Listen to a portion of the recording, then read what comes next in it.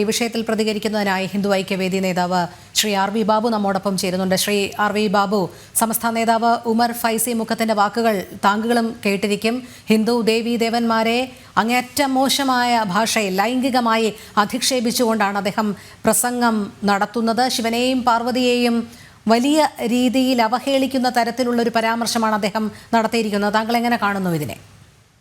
അല്ല, ഇതിലൊരു സാധാരണ മുസ്ലിം നേതാവിനെ സംബന്ധിച്ചിടത്തോളം ഹിന്ദു വിശ്വാസങ്ങൾ, ക്രൈസ്തവ വിശ്വാസങ്ങൾ, ജൂത വിശ്വാസങ്ങൾ എന്നൊക്കെ പറഞ്ഞാൽ അത് ഇസ്ലാമിക വിരുദ്ധമായിട്ടുള്ള കാര്യമാണ്. അപ്പോ മറ്റു മതവിശ്വാസങ്ങളോട് അങ്ങേയറ്റം വെറുപ്പും വിദ്വേഷവും വെച്ചു പുലർത്താനേ ഒരു സാധാരണ മുസ്ലിം മതവിശ്വാസിക്ക് കഴിയൂ. അല്ലെങ്കിൽ മതത്തെ സംബന്ധിച്ച് പഠിച്ച് മുന്നോട്ട് പോകുന്ന ഒരാൾക്ക് മതം സ്ട്രിക്റ്റ് ആയിട്ട് ഫോളോ ചെയ്യുന്ന, ഇസ്ലാമിക മതവിശ്വാസം സ്ട്രിക്റ്റ് ആയിട്ട് ഫോളോ ചെയ്യുന്ന ഒരാൾക്ക് മറ്റു മതവിശ്വാസങ്ങളോട് ഉള്ള മനോഭാവമാണ് ഈ ഫൈസി ഇപ്പൊ പ്രകടിപ്പിച്ചിട്ടുള്ളത്. ഇതിൽ അത്ഭുതപ്പെടാനില്ല. കാരണം ഇസ്ലാം മതവിശ്വാസിക്ക് മറ്റു മതവിശ്വാസങ്ങളോട് എന്ത് നിലപാടാണ് എടുക്കാൻ കഴിയുക എന്നുള്ളത് ഇതിനു മുൻപ് തന്നെ ഒട്ടനവധി മതപുരോഹിതന്മാരുടെ, മത നേതാക്കന്മാരുടെ പ്രസ്താവനകളിൽ നിന്ന് നമ്മൾ മനസ്സിലാക്കിയിട്ടുണ്ട്. ഇപ്പോ ഒട്ടനവധി മുസ്ലിം മത നേതാക്കന്മാര് അതായത് അയാൾ എത്ര നല്ലവനാണെങ്കിലും, അയാൾ സത്യസന്ധനാണ്, അയാൾ അഴിമതി നടത്താത്തവനാണ്, അയാൾ മറ്റു തരത്തിലുള്ള ഒരു സ്വഭാവ ദൂഷ്യം ഇല്ലാത്തവനാണ്, പക്ഷേ അയാൾ ഗുരുവായൂർ അമ്പലത്തിൽ പോകുന്നുണ്ട് എന്നുണ്ടെങ്കിൽ അയാൾക്ക് ഒരിക്കലും സ്വർഗം കിട്ടില്ല എന്ന് പറഞ്ഞ് പ്രസംഗിക്കുന്ന എത്രയോ പ്രസംഗങ്ങൾ മുസ്ലിം മത നേതാക്കന്മാരുടേതായിട്ടുണ്ട്. എന്ന് വെച്ചാൽ ഇവരുടെ ഇസ്ലാമിക മതവിശ്വാസം അനുസരിച്ച് ചിന്തിക്കുകയും പ്രവർത്തിക്കുകയും ചെയ്യുന്ന ഒരാൾക്ക്, ജീവിക്കുന്ന ഒരാൾക്ക് മറ്റ് മതവിശ്വാസങ്ങളോട് ഒരു കാലത്തും ആനുകൂല്യമായോ അല്ലെങ്കിൽ അതിന് സൗഹാർദ്ദപരമായ, ബഹുമാനപരസരമായ ഒരു നിലപാടെടുക്കാൻ കഴിയില്ല. അതാണ് ഇപ്പൊ ഇതിൽ നിന്ന് വ്യക്തമാകുന്നത്. അതുകൊണ്ട് സാധാരണ ഇവരൊക്കെ പറഞ്ഞ് എല്ലാ മതങ്ങളും തുല്യമാണ് അല്ലെങ്കിൽ എല്ലാ മതവിശ്വാസങ്ങളോടും ആദരവ് എന്നൊക്കെ പറയുന്നത് പുറമേക്ക് മറ്റുള്ളവരെ കാണിക്കാൻ വേണ്ടിയിട്ടുള്ള കാര്യമാണ്. യഥാർത്ഥത്തിൽ ഇവരുടെ ഉള്ളിലുള്ള വിശ്വാസം ഇസ്ലാമിക വിശ്വാസമാണെന്നുണ്ടെങ്കിൽ ആ വിശ്വാസം അനുസരിച്ച് മറ്റു മതങ്ങളോട് ഇങ്ങനെ കാണാൻ പറ്റൂ, അവർക്ക് ഇങ്ങനെ പ്രതികരിക്കാൻ പറ്റൂ. അതുകൊണ്ട് ഇത് ഇവരുടെയൊക്കെ മുഖം മൂടി വലിച്ചു കീറുന്നതാണ്. മറ്റുള്ളവരത് മിണ്ടാത്തത് അവർ സമയമാവുമ്പോൾ ഇത്തരം കാര്യങ്ങളിൽ പറയും. ഉറപ്പായിട്ടും ഇന്ന് ഇതിനെയൊക്കെ മിണ്ടാതിരിക്കുന്ന, ഇതിനെ കണ്ടില്ലെന്ന് നടിക്കുന്ന ഇസ്ലാമിലെ മറ്റു നേതാക്കന്മാര് അവസരം വരുന്ന സമയത്ത്, പറ്റിയ അവസരം വരുമ്പോൾ അവർ ഇതേ അഭിപ്രായവുമായിട്ട് രംഗത്ത് വരുന്നത് നമുക്ക് കാണാം. യാതൊരു സംശയം വേണ്ട. ഇത് ഇസ്ലാമിന്റെ ഒരു പ്രധാനപ്പെട്ട പ്രശ്നമാണ്. ഇസ്ലാം ബഹുസ്വര സമൂഹത്തോട് ചേർന്ന് നിൽക്കുന്ന ഒരു ജനതയല്ല. ഇസ്ലാം ബഹുസ്വര സമൂഹത്തിൽ ജീവിക്കാൻ പറ്റുന്ന ഒരു ജനതയല്ല. ബഹുസ്വര സമൂഹത്തിന്റെ സാംസ്കാരിക വൈവിധ്യങ്ങളെ ഉൾക്കൊള്ളുന്നവരല്ല. അതുകൊണ്ട് ഈ ഉമർ ഫൈസിയുടെ ഈ പ്രസ്താവന അത് ഇസ്ലാമിക മതവിശ്വാസത്തിന്റെ അടിസ്ഥാനത്തിൽ നടത്തിയതാണ്. അത് വലിയ അപകടകരമായ ഒരു രീതിയാണ്.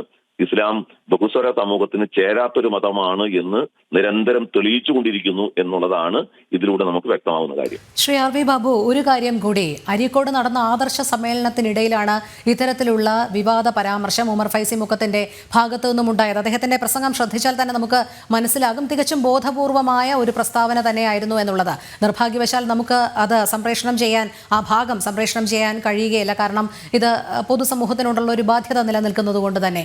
പക്ഷേ ഇത്ര അധികം വികലമായ രീതിയിൽ മറ്റൊരു മതത്തെ അവഹേളിക്കുകയും ലൈംഗിക ചുവയോടുകൂടി സംസാരിക്കുകയും ചെയ്യാൻ എങ്ങനെ സാധിക്കുന്നു എന്നുള്ളതാണ്. അല്ല, ഹൈന്ദവ വിശ്വാസങ്ങളെ അവഹേളിക്കുന്നതിൽ ഇവിടുത്തെ സാംസ്കാരിക നായകർക്കോ അല്ലെങ്കിൽ രാഷ്ട്രീയ നേതാക്കന്മാർക്കോ ഒന്നും ഒരു വിഷയം ഉണ്ടാവില്ല. അതിനെ എതിരായിട്ടോ അല്ലെങ്കിൽ അതിനെ അപലപിക്കുകയോ അതിനെതിരായിട്ട് രംഗത്ത് വരികയോ ചെയ്യില്ല. ഹൈന്ദവ വിശ്വാസങ്ങളെ ഇതേപോലെ ശക്തമായി അവഹേളിക്കുന്ന, അധിക്ഷേപിക്കുന്ന എത്രയോ സംഭവങ്ങൾ നമ്മുടെ നാട്ടിലുണ്ടായിട്ടുണ്ട്. ആ സമയത്തൊക്കെ ഈ പറയുന്ന രാഷ്ട്രീയ നേതാക്കന്മാര്, നമ്മുടെ നാട്ടിലെ സാംസ്കാരിക നായകന്മാര്, മാധ്യമങ്ങളൊക്കെ അതിനെ കൈയടിച്ച് പ്രോത്സാഹിപ്പിക്കുകയോ അതൊക്കെ ആവിഷ്കാര സ്വാതന്ത്ര്യത്തിന്റെ ഭാഗമാണ് എന്ന് പറഞ്ഞ് ന്യായീകരിക്കുകയാണ് ചെയ്യുക. ഇതിന് തിരിച്ച് മറുഭാഗത്ത് ഇത്തരത്തിലുള്ളൊരു പ്രസ്താവന വരുമ്പോൾ നൂപുർ ശർമ്മയുടെ അനുഭവം നമ്മുടെ കൺമുമ്പിലുണ്ട്. നൂപുർ ശർമ്മ യഥാർത്ഥത്തിൽ ഖുറാനിലുള്ള ഒരു കാര്യമാണ് നൂപുർ ശർമ്മ അന്നത്തെ TV ചർച്ചയിൽ പറഞ്ഞത്. നൂപുർ ശർമ്മ 9 വയസ്സുള്ള ഒരു കുട്ടിയെ മുഹമ്മദ് നബി വിവാഹം ചെയ്തതിനെ സംബന്ധിച്ച്, 9 വയസ്സുള്ള ഒരു കുട്ടിയെ വിവാഹം ചെയ്തതിനെ സംബന്ധിച്ചുള്ള സംഭവം പറയുന്നത് ഖുറാനിലുള്ള കാര്യമാണ്. അത് പറഞ്ഞതിന്റെ അടിസ്ഥാനത്തിലാണ് നൂപുർ ശർമ്മയ്ക്കെതിരെ കൊലപാതകം അല്ലെങ്കിൽ വധശ്രമം അടക്കമുള്ള കാര്യങ്ങളുമായിട്ട് മുന്നോട്ട് വന്നത്. അതിന്റെ പേരിൽ കനയ്യലാൽ എന്ന് പറയുന്ന ഒരാളെ ആ നൂപുർ ശർമ്മയുടെ വീഡിയോ ഷെയർ ചെയ്തതിന്റെ പേരിൽ കഴുത്തറുത്ത് കൊന്നത്. അപ്പോ ഈ നൂപുർ ശർമ്മ വിഷയത്തിൽ വലിയ തോതിൽ ബഹളമുണ്ടാക്കി രംഗത്ത് വന്ന അന്നത്തെ സാംസ്കാരിക നായകർ, ഇടതുപക്ഷക്കാർ, അതേപോലെ കോൺഗ്രസ് നേതാക്കന്മാർ ഒന്നും ഇപ്പൊ കാണില്ല. കാരണം ഇവിടെ ആക്രമിക്കപ്പെടുന്നത് ഹിന്ദു വിശ്വാസമാണ്. ഹിന്ദുക്കളെ എന്തും ആക്ഷേപിക്കാം, അവഹേളിക്കാം. കാരണം ഹിന്ദുക്കളെ അടിച്ചാൽ അത് കൈയടിക്കണം, മറിച്ച് ന്യൂനപക്ഷ സമൂഹത്തിന്റെ മതവിശ്വാസത്തെ തൊടാൻ പാടില്ല. അങ്ങനെ ചെയ്താൽ അതിനെതിരായിട്ട് രംഗത്ത് വരും.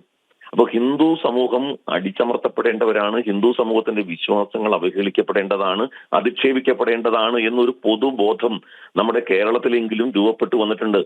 അത് ആസൂത്രിതമാണ്, വളരെ ആസൂത്രിതമായി ഈ ഒരു പൊതുബോധം സൃഷ്ടിക്കപ്പെട്ടിരിക്കുകയാണ്. അപ്പോ അതിന്റെ അടിസ്ഥാനത്തിൽ സാംസ്കാരിക നായരും മിണ്ടില്ല, ആ പൊതുബോധത്തിന്റെ അടിസ്ഥാനത്തിൽ ഇവിടുത്തെ സാഹിത്യകാരന്മാരും മിണ്ടില്ല, ഈ പറയുന്ന ആവിഷ്കാര സ്വാതന്ത്ര്യത്തിന്റെ ആൾക്കാരും മിണ്ടില്ല. കാരണം ഇതൊക്കെ ആവിഷ്കാര സ്വാതന്ത്ര്യത്തിന്റെ ഭാഗമാണ്, ഇത് അനിവാര്യമാണ്. ഹിന്ദുക്കളെ തകർക്കുക, അവരുടെ വിശ്വാസങ്ങളെ തകർക്കുക എന്നുള്ളതൊക്കെ ആവിഷ്കാര സ്വാതന്ത്ര്യത്തിന്റെ ഭാഗമായിട്ടാണ് ചിത്രീകരിക്കപ്പെടുക. അതുകൊണ്ട് ഇതിനെ സംബന്ധിച്ച് ഹിന്ദു സമൂഹമാണ് ഇതിനെ ബോധവൽക്കരിക്കപ്പെടേണ്ടത്. ഹിന്ദു സമൂഹം ഈ വിഷയത്തിൽ ശക്തമായിട്ട് രംഗത്ത് വരിക എന്നുള്ളതാണ്. ഈ പറയുന്ന ഇത്തരം ആളുകൾക്ക് ഇതുപോലെ അവഹേളിക്കാൻ പറ്റാത്ത സാഹചര്യത്തിലേക്ക് ഹൈന്ദവ സമൂഹം ശാക്തീകരിക്കുക എന്നുള്ളതാണ് ഇതിനുള്ള പോംവഴി.